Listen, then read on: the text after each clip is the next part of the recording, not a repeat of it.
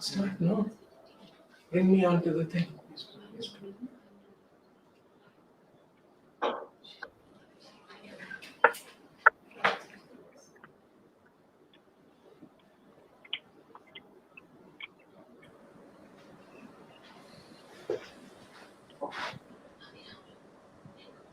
Namaste, everyone. Namaste. Namaste. How's everyone? Very good, thank you. Namaste, Rujita ji. Namaste. Thank you so much for having me here. Oh, it's a great honor to have you. Thanks. Namaste, Sanjeev. Namaste, Anushruti. Hare Krishna, Prabhu. Hare Krishna. Hare Krishna. All of us are there, isn't it? Anyone missing? No, we are all there. I think we're all there. Hello, Anushruti. Hello, Yuta. Hello, Hi, Sanjeev. Kunal. Hi. Hi. Hi, Hello, Kunal. Hi. Prabhuji. How are you? Hi. Good.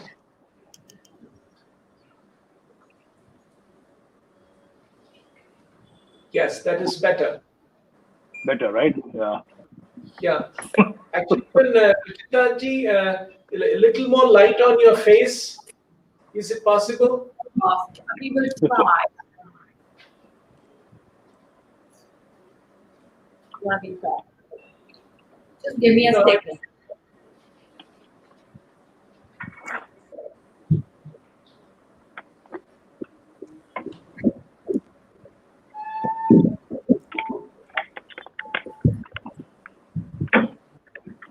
It's become quite common these days, isn't it? People are living in their homes and having meetings, serious meetings. Yeah. It's become easier, but it's become a little, I don't know. I because I live by myself, this Zoom thing or whatever you call it has become my lifeline. Although I'm stepping out now. But evenings, the first month, all evenings were spent on a Zoom call with family and friends. True, very true. Yeah. Sorry, I hope I didn't inconvenience Rujita ji too much. No, it's fine. I'm just trying to look for better light. Yeah, no, that's good actually. Because there is something at the back which is.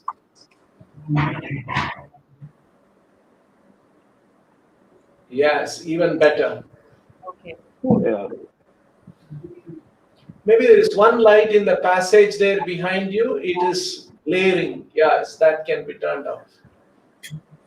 Okay. Very good. Very good. Thank you. So kind of you. Thank you for all this inconvenience.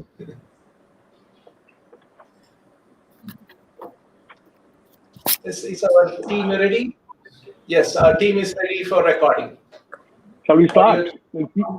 Yes. Give me a go, somebody, and we'll start. Shall I do it, Kunal? Huh? Yeah, shall I do it? No, I don't know who. Yes. We can start. Please go ahead.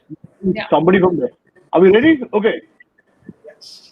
Hello, welcome, and a happy Janmashtami to everybody. I know it's Krishna Janma, and millions of people around the world, in the country and around the world, celebrate this festive occasion. I know ISKCON every year does a huge celebration, but because of this situation that we are in, ISKCON has decided to go viral with their Janmashtami celebrations. And as part of that celebration, we are having this discussion today. It's called Secrets of ISKCON Kitchen. And the minute I introduce this panel, you're going to understand that this panel discussion today is going to be about food, and more food. So on that note, if I may welcome the panel, I'm going to start off with Shri Chalapati Dasa. Now, he's the Senior VP ISKCON Bangalore and also the Vice Chairman of one of the country's greatest NGOs, Akshay Patra. Then after that, we're joined by Chef Sanjeev Kapoor. Now, the biodata says food entrepreneur and author, but we know that he's so much more. He's one of the first big names of food in Indian television. He's a pioneer. And my God, what can I say about this? How many books? 500, 700 books you've written at least by now? No, let's not get there. It's No, we won't let's get focus there. on today's session. Yeah. Also joining us is somebody who I should have visited many years ago for advice is Rujuta Divekar, India's leading nutritionist expert. And she's going to talk as well about food. And after that, I'm going to go for some private sessions with her. Okay. And finally, since we are talking ISKCON, since we are talking Krishna consciousness, we're talking food, which is Sattvic. We've got Anushruti, who's a food writer, an expert on Sattvic food, and a nutrition advisor. So, shall we kick off this discussion with your permission, Prabhuji? Yes, most well. Now, I know we're going to have a fairly serious discussion on all the good that Akshay Patra does. I know we're going to talk about food that is good for us, but I wanted to start a little bit with you, Prabhuji, on Krishna and his association with food. I mean, of most deities and gods that we talk about, when you talk about Krishna, you think of butter, you think of makhan, and you think of food. So why don't we start off with you, sir, and talk a little bit about Krishna and food? Happily. Yes, food is a very big part of bhakti, Krishna bhakti, and a very big part of ISKCON too. And when Srila Prabhupada was reviving and transplanting Indian culture around the world, while he introduced deity worship and kirtans and bhajans, another important part of bhakti tradition is prasadam, food. And not just food, sanctified food. And Srila Prabhupada introduced this aspect too in ISKCON. And that's how food is a big part of ISKCON. In the very early days, some of you who are familiar with Srila Prabhupada's life, at the age of 70, for the first time he went from India to America because his guru had ordered him that he should spread Krishna bhakti around the world. And the temple that he had set up, a very humble temple in New York, in a storefront. One of the important things that he was doing, apart from the bhajans and the kirtans and the classes that he was giving, was food. And Prabhupada himself was personally an excellent cook. And he would cook very, very delicious food, I'm told. And he would serve them to all those students, Western students, American students, boys and girls who were coming to him. And that is how, and later when ISKCON became big, he introduced food and food distribution. And that's how Akshay Patra was born in ISKCON, Bangalore, and today feeds 18.7 lakh children every day. So food and feasting is a very, very important part of bhakti and ISKCON. And every festival in ISKCON ends with a sumptuous prasadam. In fact, Prabhupada, it is said that singing, dancing, we do a lot of singing, bhajans, kirtans, dancing, and philosophizing. We also discuss a lot of philosophy. Singing, dancing, philosophizing, and feasting. This is the world of Hare Krishna. This is how Srila Prabhupada described. And food is so important. Sometimes it is said that Prabhupada said, ours is a kitchen religion. And so you can understand how food is so important. And Prabhupada introduced restaurants in a temple. It's a very unique innovation at that time.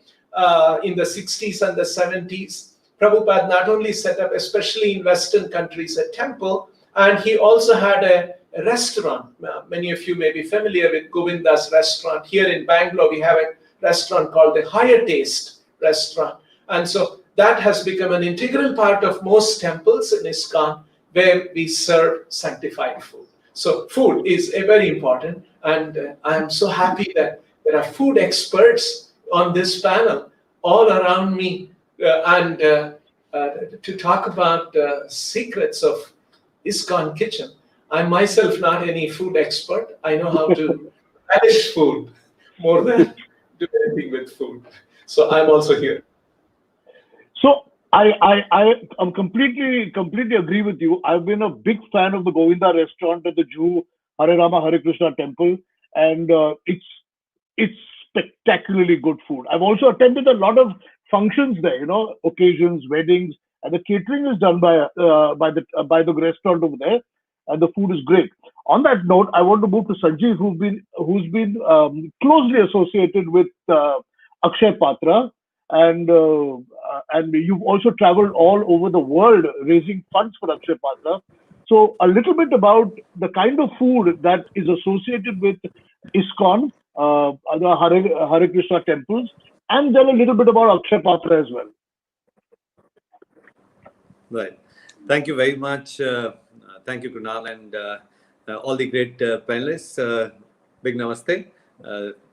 I think what a great day to have everyone together like this around food, around celebration. And I think celebration is nothing but bringing people together. And I think for me, this is great celebration that we have everyone together. And on that, to have talk on food, that's even greater joy, because to me, what gives me great joy is not just cooking of food, not just smelling of food, not just eating, but discussion, conversations around food also give me great joy. And why does that happen? Probably that's all I know. Maybe I have to graduate to higher learning, but I think that's what I can say. I would say that as a fellow panelist here, I can say that I only know one aspect, which is probably just converting raw material to dishes, which is not very big.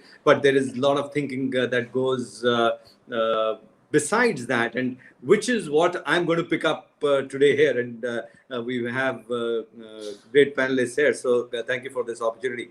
On food at ISKCON, I would say that thanks to Akshay Patra, my interface with ISKCON has increased manyfold in recent years, and there are meetings that we have for Akshay Patra, and since Akshay Patra operates, the office is right next to or in the temple complex in Bangalore.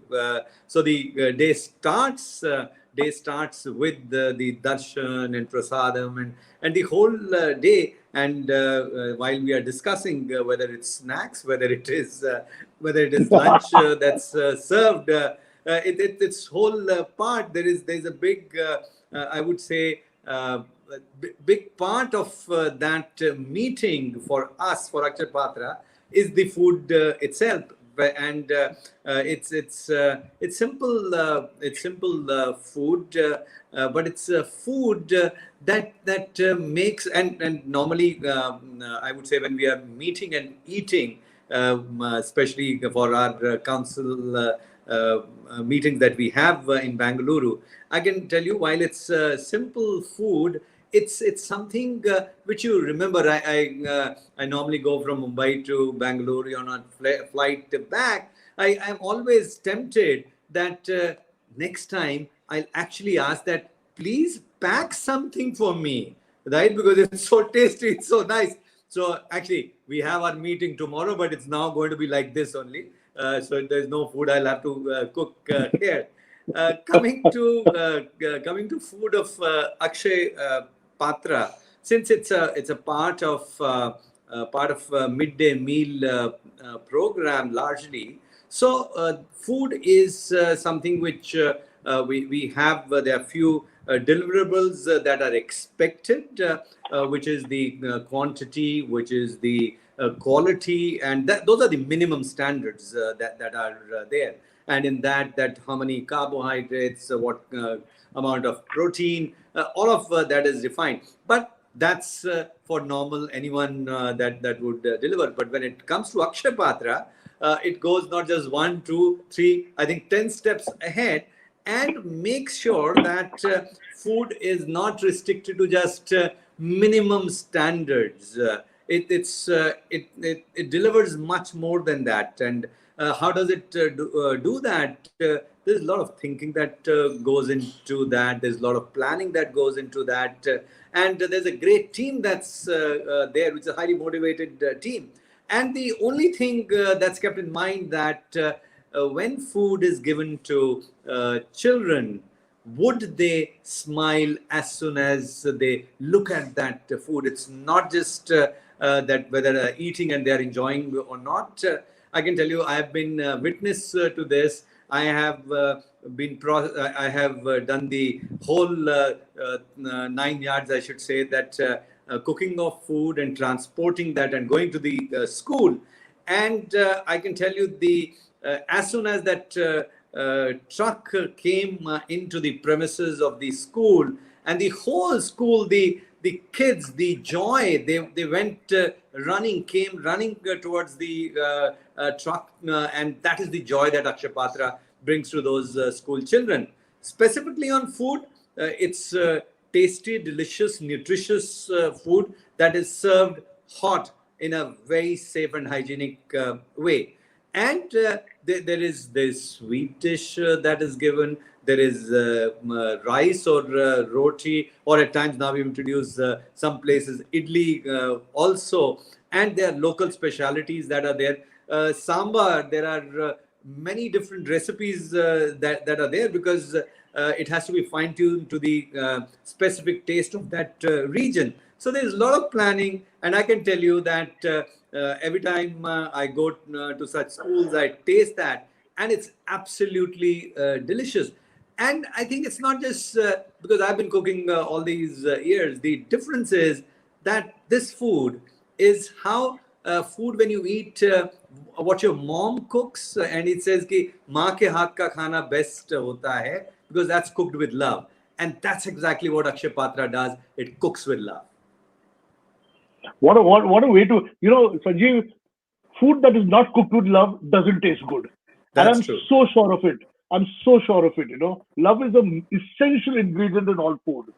But whether we speak of Akshaya Patra or whether we speak of the food that is served at the ISKCON temple, I know it's sattvic and whatever, and we'll come to that, but it's food that is good for your body.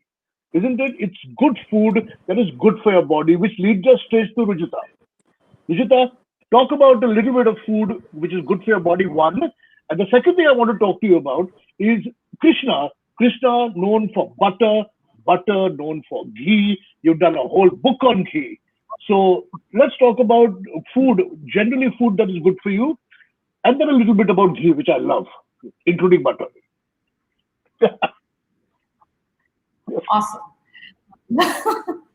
I think it's wonderful that Prabhuji said that ISKCON is almost like it's a kitchen religion. I think it's such a wonderful way to put it, and to really think of food as bhakti. I think that's a revolutionary thought for me, because I have always believed that the way we eat and the way we look at food is truly an insight into how we are treating ourselves, and I think if we all treat ourselves better, then we will be able to create a much better world. As far as Krishna goes, I feel that he was a hero in every sense, because long before any diet fad could come through, long before any big medical journal could say that fat is actually good for you, I think he intuitively knew about it. And we now know that makhan is something which has Wilson factor, and Wilson factor is something which keeps our bones strong. And the stronger bone mineral density you have, the smaller you tend to look in your size. So for everyone who wants to lose, yes, there are a dollop of makhan on your rotis and your ragi rotis and stuff. I think a ragi or a dosa and makhan, and your bones get stronger, you look slimmer. It is also something which actually helps you regulate the production of cholesterol. So we are living in COVID times. We all know that people who are deficient in vitamin D are much more prone to COVID complications. But what we must also work at understanding is that without essential fats in our diet, we will never be able to assimilate adequate vitamin D. Eating a dollop of butter is actually a good way of eating essential fats, which will then give us adequate vitamin D. Ghee, makhan, even dahi, doodh, all of our panchamrits, good ways of getting vitamin B12 and vitamin D and staying strong in face of every infection. Otherwise, આજકાલ it's like the minute there is any kind of an infection, there's like, okay, immunity boosters, and every immunity booster is actually just coming out of a pill or a potion or a product, but it actually lies in our eating culture. I've also been a big fan of the Govinda restaurant because I think it is probably the only time that eating out is sattvic. Otherwise, every time you eat out, you come back feeling guilty. But if you eat at Govinda, I think it's the only time that you come out feeling grateful. So I think food cooked with love and eaten with a sense of gratitude is all that one needs for a good body and mind balance. That's great. Good body and mind balance. That's well put. And I know we're going to talk a little bit about sattvic food. Anushruti, I know you're an expert on sattvic food. She and I did an episode several years ago on sattvic food when I was doing a food show. But before we get there, I wanted to talk a little bit about temple food and the concept of prasadam or prasad.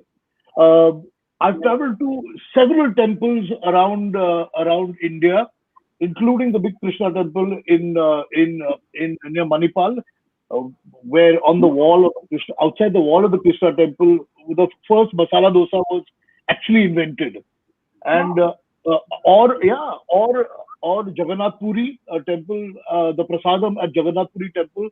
So, can you tell us a little bit about the food and prasadam that ISKCON is famous for, or generally prasadam or prasad? Yes.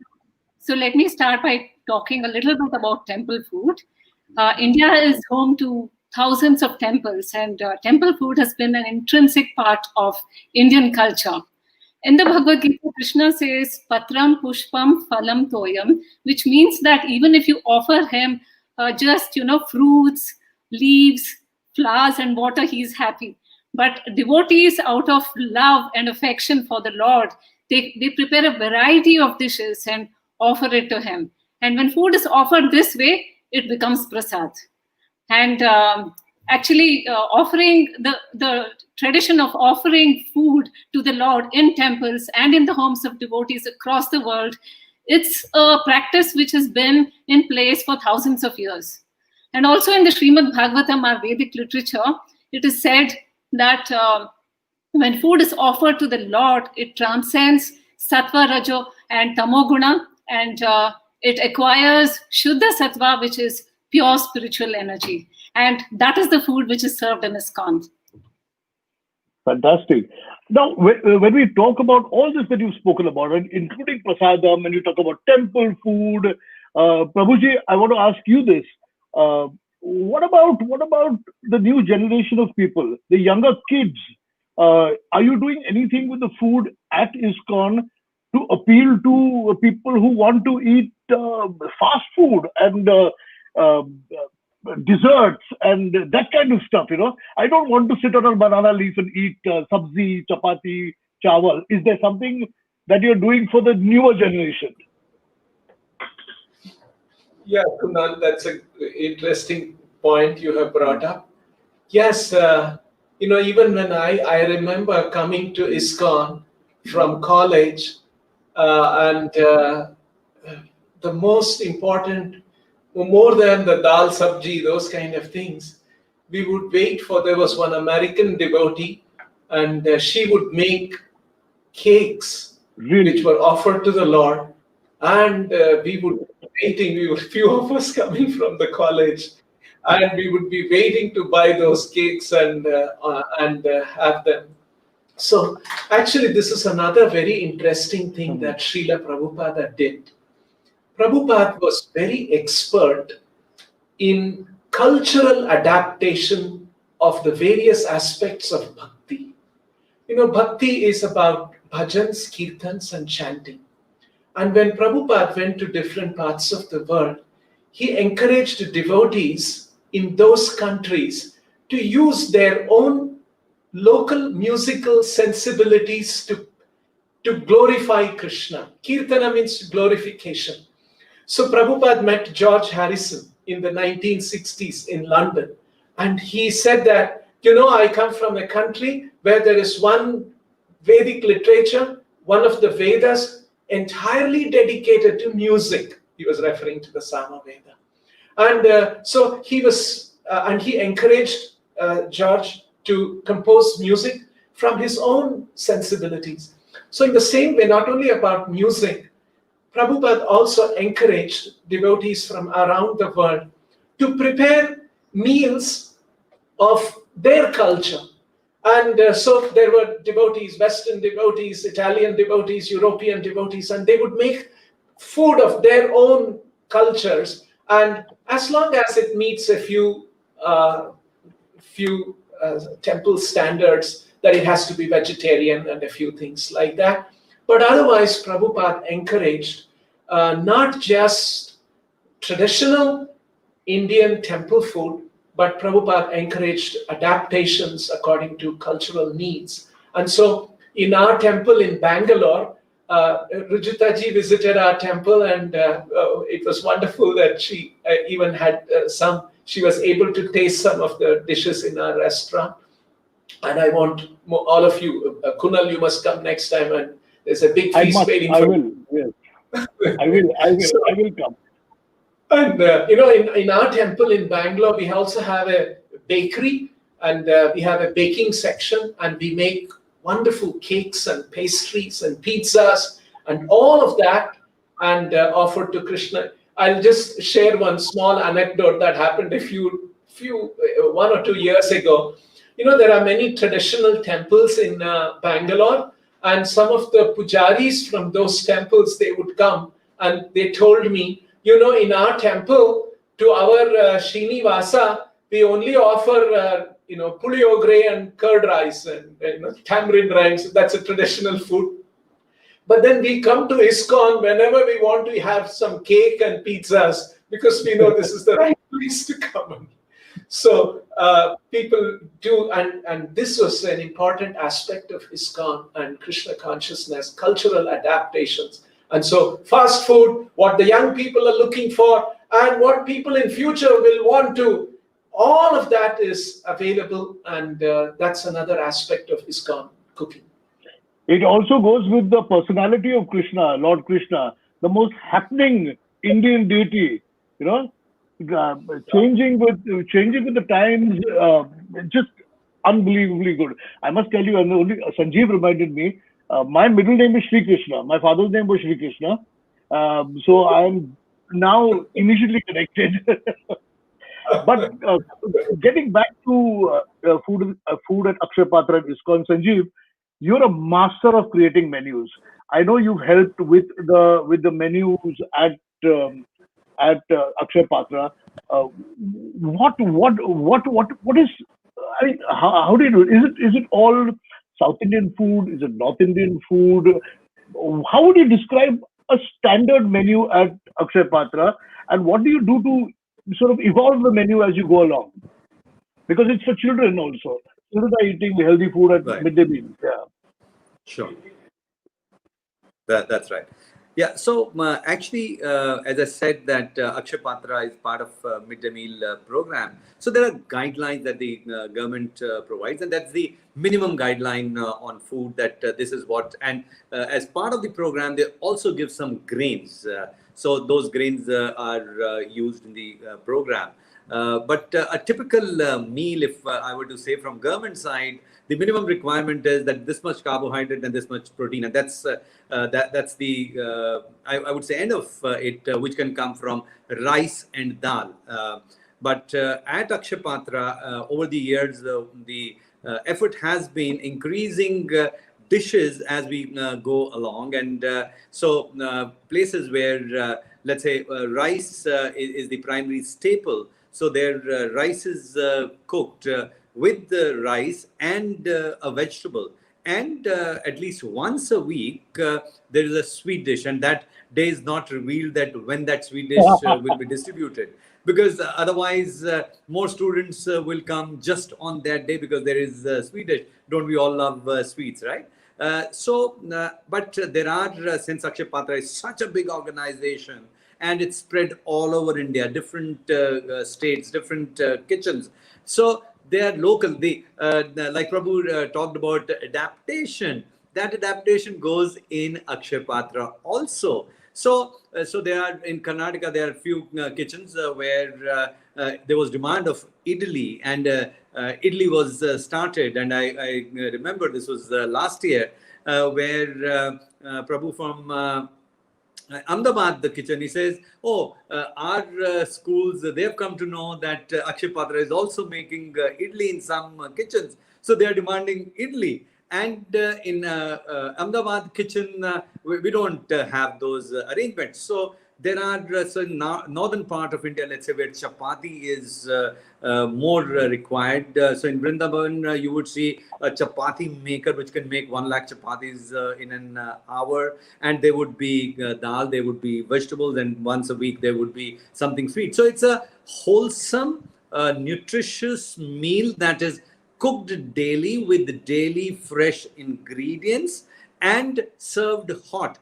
And I can tell you, it may sound like just 3 simple things, but it takes a lot, because some of the schools where the food has to go, the food has to travel. So it has to remain fresh, it has to remain hot.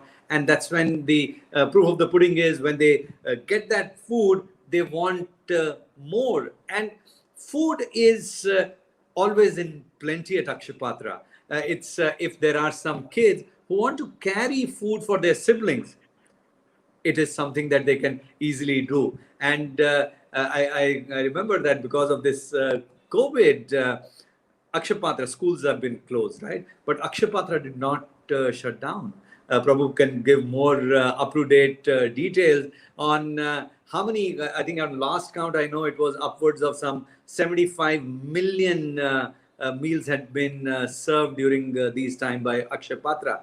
So I don't think in my food career, which has spanned over 30 decades, that I have come across anything as inspirational as Akshay Patra. It's literally mind-blowing. Yes, I agree with you. I mean, just the idea of so many meals on a daily basis, every day, and food that is being thought through, food that has a philosophy, and food that's good for you. Rajita, if you've eaten at Govinda, you've visited Akshay Patra, and you're also your expertise is to guide people into eating a good meal. If I tell you, between Govinda and I mean, you can't go to Govinda every day to eat a good meal. But if you're at home and you want to eat a good daily, you want to eat a good, solid, complete, and healthy meal, what is the meal you would suggest? As in, with all the ingredients, including dessert.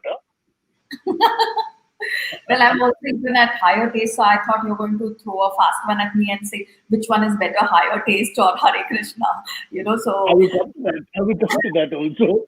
No, but if you want to say this is what you should do on a daily basis for a good body and good health, what is that meal that you would recommend? well, I really Or think, advice? what Prabhuji said, that even the strength of ISKCON lies in the fact that even bhakti is adapted to one's culture. And also, as Sanjeev ji said, that at every Akshay Patra kitchen, they actually have different meals. So if it is idli in Bangalore, it is probably a chapati in North India and a thepla in Gujarat. So I think the goodness about our food is that one just needs to cook local, seasonal, traditional food with love, sincerity, and attention. And if we are able to get our kitchens gender neutral, then I think everything that we cook will be the most wholesome meal ever. So even something as small as roti, sabzi, dal, rice, or agar kuch dessert ke liye nahi hai, to just some jaggery and ghee to go with it is a complete meal. as long as the whole family takes part in it together and no one is on their gadgets or watching TV together, while eating. So, we say that there are three S's of good food. You sit down and eat. You eat without any kind of gadget. So, with all your senses, if you're able to eat. And the third thing is if you eat it slowly, every bite, if you're able to relish it, I think that's when you do true justice to food. Otherwise, it's just shoving food down your throat and getting on with your life. We are not, I grabbed my coffee and picked up my sandwich culture. We are a sit down and eat culture. In fact, in Marathi, we have a term, it's called Saukash Jira. Take all the time. Saukash. Yes, take all the time on earth and eat. And I think if we just begin to eat like that, then we won't have one standard of a good meal. We will have thousands of good meals, each one diverse, each one equally rich. It's like the way you call out to God or to call out to your mother, no matter what name you call her with, you're calling out to purity, to nurture, to love. It's the exact same relationship that one has with food. Yeah, no, it's a great point you made. The idea, the culture of sitting down at the table and with the family at a designated hour instead of everybody eating at their own time together. I do it. I visit a lot of families. My family, at least 3 to 5, because I live alone. So I go. Meal times is when I decide I want somebody with me, and the joy of just sitting together and eating is unbeatable. Unbeatable. आणि खरंच सावकाश जेवा, सावकाश NEET सावकाश जेवण is great. Anushruti, we've spoken about all kind of all the great stuff that ISKCON is doing. But I want you to talk a little bit, because you're involved with ISKCON. I want you to talk about the food, the actual food at ISKCON, and the food that Prabhupada cooked himself, because I believe he was a great cook, the founder of the consciousness. His story is about his cooking and the food at ISKCON and how it is related.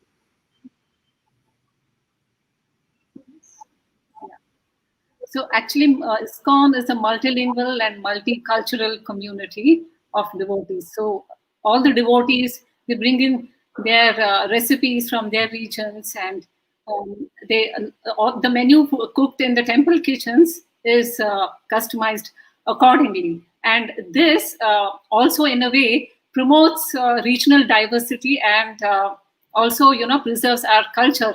And Ruchita ji is doing a lot of work in this area, so I really, appreciate her for that. And way back in the 90s, when eggless cakes were literally unheard of, I got to taste the best cakes made by senior Matajis in the ISKCON temple. And even, a thali made with all traditional recipes. I remember tasting a traditional Kerala thali, and I remember tasting a lot of different dishes from different communities. And the food at the higher taste is, again, it's a blend of Vedic wisdom and modern ways of cooking. So you have international dishes like the pomodoro soup, and you have bruschetta, and you also have traditional South Indian dishes like Pair Sadam and More Kolamba, and all our North Indian dishes like kebabs, paneer tikkas, rotis, and of course I cannot forget the desserts. It's really wonderful. You must go there to see with the food, Kunal. And yes. And coming to Prabhupada, who was the founder Acharya of ISKCON, in his initial days, like Chanchalapati Prabhu said, he used to cook a lot for the devotees, and it was one of the ways for him to attract devotees, into the fold. And he made the perfect gulab jamuns, and there are transcripts wherein he's talking about getting fresh pudina leaves to make a mint chutney, and then he's talking about making Bengali Pushpana royal rice. He literally taught his disciples how to cook. And he's a pioneer in a way. He made a lot of efforts in establishing farming communities, and he was a big advocate of using fresh, local and seasonal ingredients. Fantastic. Okay, I'm going to turn this conversation a little serious now with Prabhuji. We're talking about the earth. Our earth is at the moment in great trouble, and one of the reasons is our practices. Our practices, whether they're agricultural practices or other industrial practices, are in a way destroying the earth. So, what could you talk a little bit about chemical-free agriculture? About how we about pesticides, fertilizers, and cow-based agriculture. A little bit about that. Enlighten us a little bit on that. Yeah, surely, Kunal, as Anushruti just now mentioned, that's another important area that ISKCON is working. Prabhupada wanted us to develop farm communities and to inspire us about natural living. Prabhupada used an expression, simple living and high thinking. And he wanted to promote simple living and high thinking. And Prabhupada lamented that in modern day we have very, very complex living and very, very simple thinking as it comes to, not very philosophical, not very lofty thoughts, but very base animal-like kind of a thinking. So this is another important area that ISKCON is involved in, organic farming, and as you pointed out, cow-based agriculture. It's very interesting that unnecessarily we are pumping a lot of chemicals into the earth, and as a result, that all that chemical comes back onto our table, and that's what our food is made of. It is not at all healthy, and all kinds of diseases, the newer forms of diseases that are coming up, are all traced to these kind of chemicals which are finally entering into the food chain.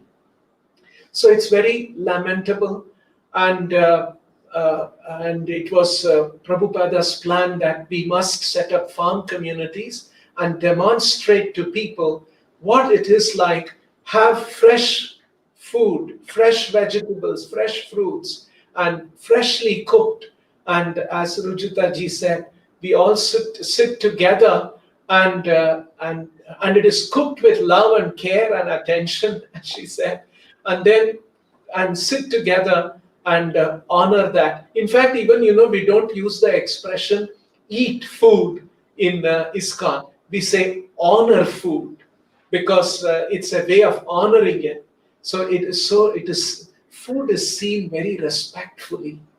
And that's another, that whole Leela of Govardhan Giridhari, Govardhan, Krishna suggested that let's make all the food that has been cooked for Yagna, Indra Yagna, let's offer it to Govardhan, let's make a Annakut.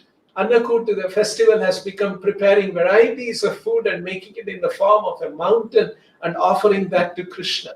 So, Annakut, you asked me earlier about Krishna and his fondness for food. And, the greatest devotee of Krishna is Radharani.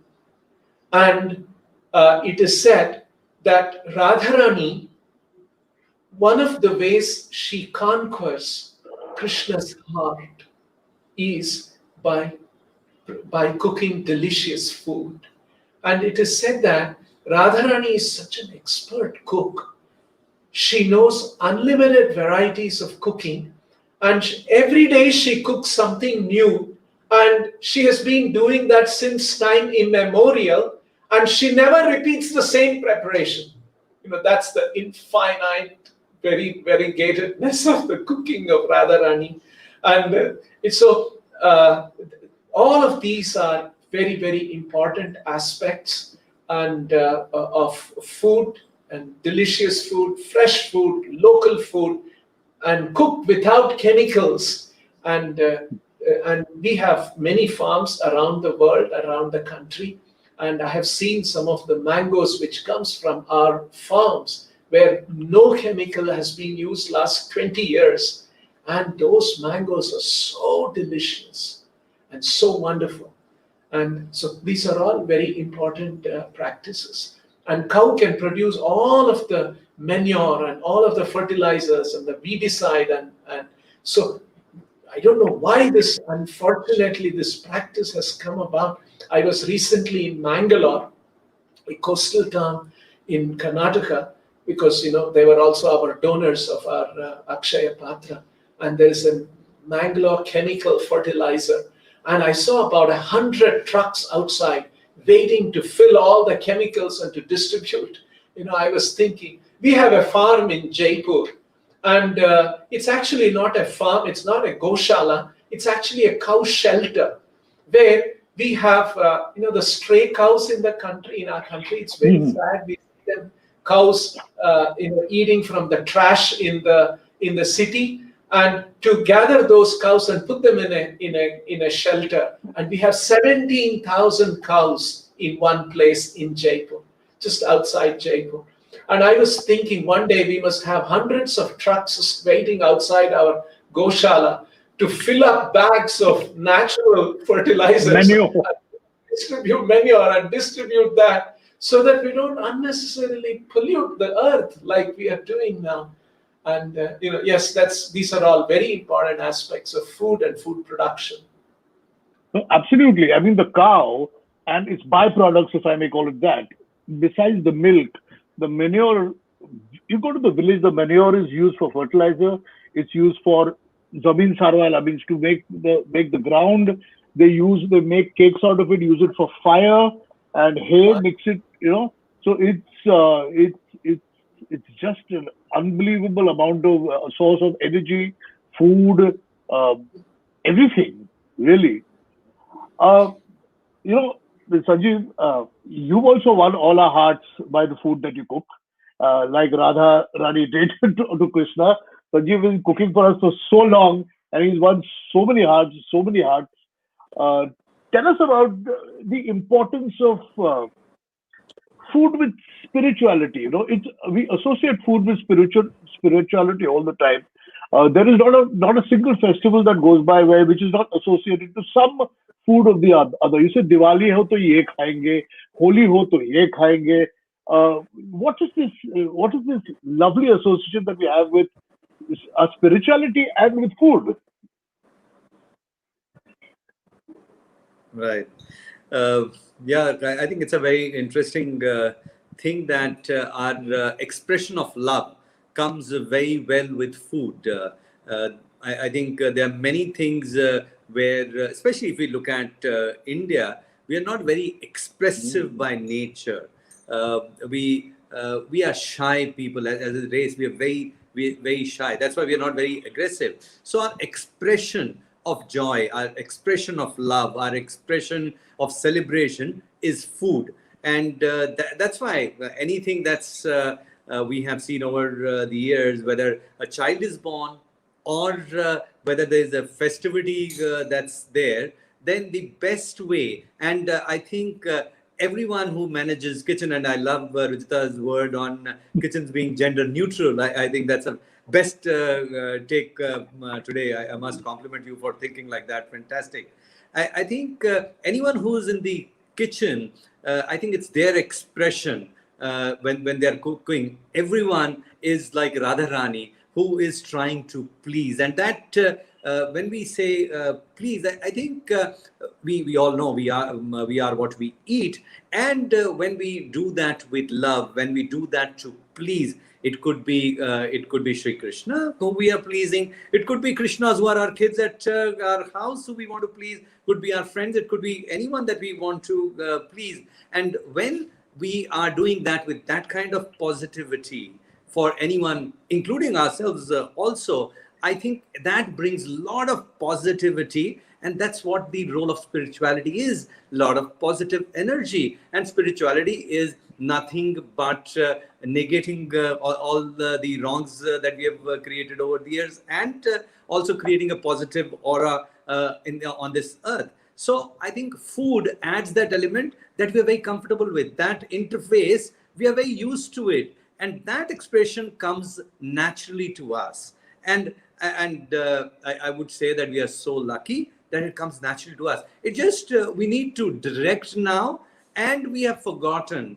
I'll tell you a small thing, and we talked about local seasonal. I think there's a lot of talk about different millets, things that we grow. We talked about nashi, ragi, and see, as when we were growing up, jawar, bajra, all these things were something that we were used to, we were eating. And suddenly, as I was growing up, I saw that those things we started feeding animals with. Animals got lucky, and we got unlucky. I can tell you, I just checked right now. If you search what is sorghum in Hindi, it's called chara. Chara is what you feed animals. This is today. This is what we need to change. This is, I think, this infliction is what we are causing to ourselves. We need, this injury is what we need to make sure that we stay away from, and we educate more people that food is part of spirituality. What we do at home, we treat it with that respect, and in festive we enhance that. I think we take a notch up, because we are trying to do everything better. We dress better, we think better, we smile better, we greet better, and we cook better, and it's higher spirituality, and that's what the celebration is all about. Well said. Festival is when we become better. Is a great way of putting it. Yeah, but festival is also a time when we overeat. Festival is a time where where no festival goes without overeating. So there must be a way of celebrating festivals without it being bad for health, Ruchita. What do you want to say about festivals? So you take ladu, basundi, or whatever festival food that we say, and how do we sort of not go bananas and crazy about it? Yeah, I think with mere education that that eating more than regular is not the exact Okay. same as overeating. So yeah, because when it's Krishna Janma, you're going to sing more bhajans. That doesn't mean that you overdid the bhajans, as compared to. So there are some days, so there are some days where your appetite actually enhances itself. So when you're in the company of people you love, when food has already been offered as prasad, when it's a festival, your digestive abilities are better than on days where you have just worked on your laptop from 9 to 6 and written nasty emails to people and blocked a few others on Twitter. So I think as long as you I eat do. with an open heart, chew slowly. Yeah, awesome. And you're grateful for the food on your plate. You are absolutely allowed for your appetite to fluctuate, on a daily basis. That is what it does, which is why if you ever count the amount that you have eaten and you have a grandmother around, then she will scold you for it and tell you, that you should never count what you're eating. Just eat as per your need and don't count how much you're eating, because food is a blessing from God. It's a form of bhakti, and I think Sanjeev ji put it so beautifully that it's an interface between maybe soil and the soul. I mean, if we are actually able to look at food as something which comes from the soil and goes all the way towards our soul, so we should just be grateful for it. Eat food that jitna pacha sakte ho utna hi khao, and as long as we are able to tell where to stop eating, and every human being is born with the ability to self terminate the act of eating. It's only the weight loss industry which has taught us to be guilty about food versus grateful about food. So I think we should know that every day we are differently hungry. B, know that we should be grateful for the food that we have on our plate, and C, chew our food slowly. I think if we just do those things, we are no longer in the danger of overeating. I have to agree with you about being grateful for food, and I have in my life forever been grateful for it. I'm not joking right now. Even in this lockdown, even in these days when you know we are basically we are all depressed. A lot of us have been depressed because of being locked up in this place. Food has given me personally extreme joy. I've also had a lot of people around me, as in from my building, family members, people living down the road, who've sent me food, and I always look at it as my earnings of love. This is all the love that I've earned. It's not love because I did a show on television. It's love because I've met people, we interact with people, they appreciate it's a great joy feeding people sometimes. And I think I have, you when you see the smile on somebody. I love sitting at a table watching people enjoy their food and feeding people food, and it's such a good feeling.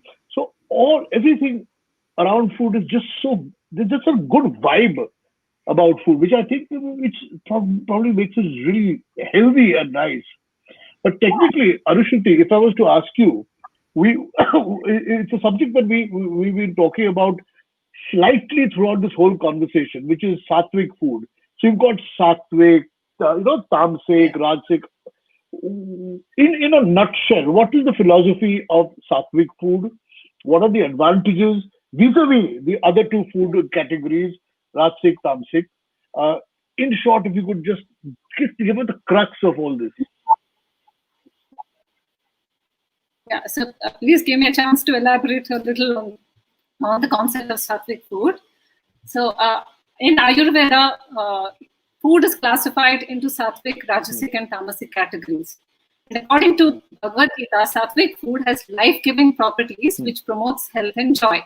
And sattvic food is always freshly prepared with pure ingredients, which increases prana or positive energy. Like Sanjeev Kapoor ji spoke a lot about positive energy. And so sattvic food is full of life-giving properties and prana. And also, sattvic food promotes three important vitality factors in the human body, which is Ojas, responsible for our overall immunity and health, Tejas, which is responsible for our intelligence, and Prana, which is positive energy. And sattvic food is basically food cooked without meat, fish, eggs, onions, garlic, alcohol, and even caffeine. Yeah, and I would like to say that using pulses, grains, fresh fruits, dried fruits, vegetables, milk and milk products, you can prepare hundreds and thousands of dishes, applying the principles of sattvic food. Oh, great. In a nutshell, you've just told me what I should not be eating. All the bad food that I should not be eating, you just told me. Okay, I'm going to start slowly wrapping this up. And then, so I'm going to start with you, Prabhuji, and then I'm going to end with you. Okay. So this is my sort of last serious question, if I may call it that. Just a little bit about food for the soul, whether it's pure sattvic or not. What is the relationship between food and our soul, as per the consciousness? Okay. At a fundamental level, food is provided by, it is a gift of God. And to acknowledge that, food comes from the earth, and you need sunlight, you need air, you need water. All of these are gifts of God. Man cannot make any of these things. And hence, food, which is a transformation of all of this, is a gift of God. And the very fact that acknowledging that it is God's gift is an aspect of spirituality. And without food, we cannot live. Every few hours, we need to have some food. And so you see that you are depending on God. You are infused with the energy of God. And without God, you cannot live. So this aspect of recognition and acknowledging, like we teach our children, when somebody comes and gives you something very nice, what do you say? You say thank you and receive it. In the same way, this aspect of acknowledging that God is the provider of food is itself an important aspect of spirituality. And now you think about sharing that food with others. All of these are important aspects of spirituality. And when food is cooked carefully, purely, with an idea that I must please God and I must please God's devotees, that's the idea. Usually when we cook, the thinking is I must enjoy. When we are cooking for God, it is not that I must enjoy. I want to make God enjoy this food, and God's devotees, to whom all of this will be distributed, they should enjoy that. This thinking itself, that consciousness, is another interesting thing that goes into the food. Like we have just now heard in different ways, love, attention, and it is the consciousness of the cook that goes in mystically into the food. And when that food is shared, is offered to God, and as an acknowledgement that how God has provided all these things, and that is distributed, it is a sense of that is the one which gives spiritual touch to it. In fact, Krishna says that yagna shishthashano santo muchyante sarva kilbhishai bunjate tva agham papam e pachanti atma karana.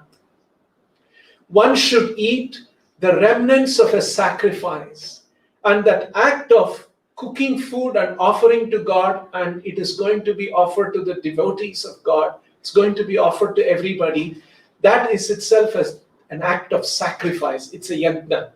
And that yajna shishta is what we offer and we relish and we honor as prasadam. And so that is how it touches the soul and elevates the soul. And when the soul is elevated, we will be enlightened, and we will develop higher tastes, because without pleasure we cannot get away in this world. As human beings, as every living entity is pleasure seeking. So we must learn to seek higher forms of pleasure. With spiritual education, we will look for higher pleasures, and then it is easy to give up lower pleasures. So food, spirituality, and developing higher thoughts and higher taste, all these are very, very important aspects, and food can promote that. And nothing gives more pleasure than giving, sharing, and doing for somebody else. I think you've actually hit the nail upon it. I mean, it's what you said was full of philosophy. I'm just trying to put it really simply. But doing for yourself is one thing, but the joy of doing for others is divine, if I may call it that. And so, as we start ending this conversation, I think I'm just going to ask the same question to all the panelists again. Your favorite food and Krishna story, or just your favorite Krishna story. I mean, there are so many stories. Sanjeev, anything that comes to your mind about. After all, it is we are talking about the ISKCON kitchen. It is about Krishna consciousness. So, any story that you have. Sure. So I would say that my best memory, should I say? So as a child, I would say that we didn't have anything plenty. Everything was there, but nothing was in plenty. And everything, I would say, when it came to food, especially milk and milk products, they were rationed a little bit. And so I used to love milk, and I still do. I would love malai, and I would love makhan. And in those situations when everything is rationed and you are a kid and you want to have more, then there would be times that there's a favorite story. So how you see when milk is boiled and there is skin that forms, right? And when you have to have more, then without knowing anyone, when you do that, then everyone would come to know. So the best way to do that was that in that patila, top, whatever is there, milk was boiled. If I took have as a kid, a very small kid, put a straw on the side and have it, so that the top of that milk, that skin, that does not get. And the only justification in my mind would be that Bhagwan Shri Krishna also used to love that, and he would do that, and there would be some sometimes there would be some malai makhan that would be there. So as a child, I have distinct memories of that, and I will never forget that I would justify that whatever wrong in some sense it's wrong, but you justify that and you say, okay, blame it on the God. What a wonderful story this is, and how true. Nishita, anything you want to share? Little story, little fun.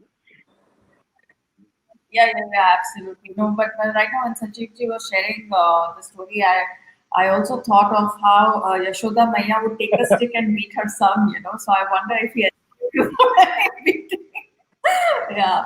My favorite story has to be the story of Krishna and Sudama. That even when, the Lord is the king, what he really enjoys the most is a gift from his old friend, which is nothing but dahi and pohe.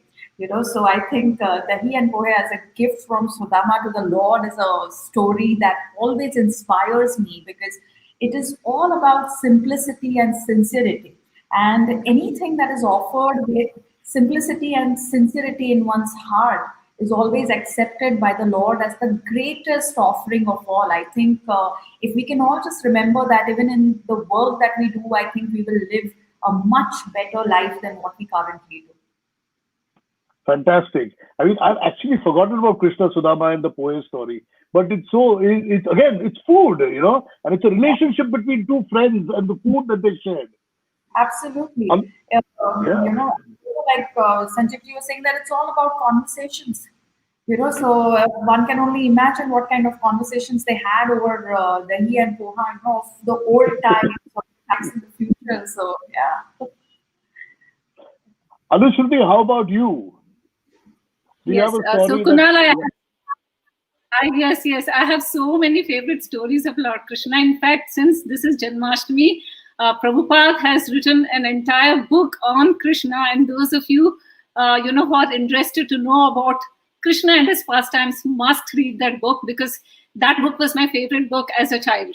And in one of the stories coming to my mind is about how Krishna and Balaram used to wake up early in the morning at dawn, and there's a beautiful description about how peacocks used to sing and how they used to go to the mountain and find a spot, and they used to tend to their calves, and their mothers used to pack delicious food for them, and Krishna and Balaram are sitting and sharing that beautiful food with all their friends, and that story is one of my favorites. Superb. And to end this wonderful discussion, Prabhuji, your story, your favorite story. I know you have probably several, but one that is apt for today's discussion. Yeah. Krishna, we have heard that how Krishna was very naughty, and Mother Yashoda was churning the butter, and milk was boiling. And so Krishna, Mother Yashoda put Krishna aside and then rushed to attend to the milk. And so the question came up. It's a little bit of a philosophical question. Why did Mother Yashoda put Krishna down and attend to the boiling of the milk? She should have been, attending to Krishna after all. And then Krishna gets very angry and he goes and breaks the pot of butter which she was churning, and so on. And it is said that Mother Yashoda was so much concerned about Krishna and Krishna, that he gets the right food, right milk, and so on. In fact, it is said, the Acharyas have written commentary on that. That particular day, the milk which was boiling was from one particular cow, Surabhi, which was the favorite cow of Krishna. And Surabhi used to give very, very sweet, delicious milk. And that milk was overflowing. And so, out of concern for Krishna, she put Krishna aside, rushed there to save that, because when you are with Krishna, you can be enjoying the company of Krishna. But she was willing to sacrifice that and rush because she wanted Krishna to enjoy that milk. And it was always pleasure of Krishna that she was focused on. So, and that's why she rushed there and saved that milk, because she wanted Krishna to enjoy and relish that very sweet, delicious milk. So, what a sweet story. What a sweet story. You know, can I tell you my favorite story about Krishna? It's got to do with food. Food also. It's and I may be slightly sort of inaccurate, but please correct me if I'm wrong. It's about Krishna's mouth full of food. Whether he was eating mud or whether it was actually food, his mother saying, "Open your mouth, open your mouth, open your mouth." And finally, he opens his mouth, and his mother looks inside his mouth, and she saw the whole universe inside his mouth. That is my favorite food story with Sri Krishna. Yeah. Anyway, I think we've had quite a nice discussion. Actually, it's been meaningful. I think it's been informative. Yet it's been casual, and I think we have had all a good time. You know, just to sort of how do you say, sum up our evening today. I think we've learned about responsible food practices. Today we've spoken about that. We've also spoken about how food is spiritual, the spirituality about food, and the wonderful work that ISKCON is doing in the area of food beyond the area of spirituality. I'd like to thank everybody. Prabhuji, thank you very much for hosting this evening and being here. Sanjeev, hope to see you again. Lots of food to be eaten from your hands. And Anushruti, lot to learn from you. And Rujita, I'll call you and make an appointment, okay? I need a little nutrition advice, that's why. Thank you very much. Thank you. Everybody, everybody, happy Janmashtami to everybody. And may you all be blessed and celebrate this day with great joy and happiness and lots of food. Thank you so much. Thanks, Kunal, for moderating this. Thanks, Sanjeev. Thanks, Rujita ji, for joining us and sharing some very important insights about nutrition, food, and how to eat. And thank you, Anushruti, for joining. Thanks, everyone. Namaste. And happy Janmashtami. All of you stay safe, and Krishna's blessings on all of you. Namaste. Thank you. Thank you. Thank you. Hare Krishna. Hare Hare Krishna. Thank you. Thank you. Thank you. Thank Okay. you. Bye, guys. Bye, everybody. Thanks. Bye-bye.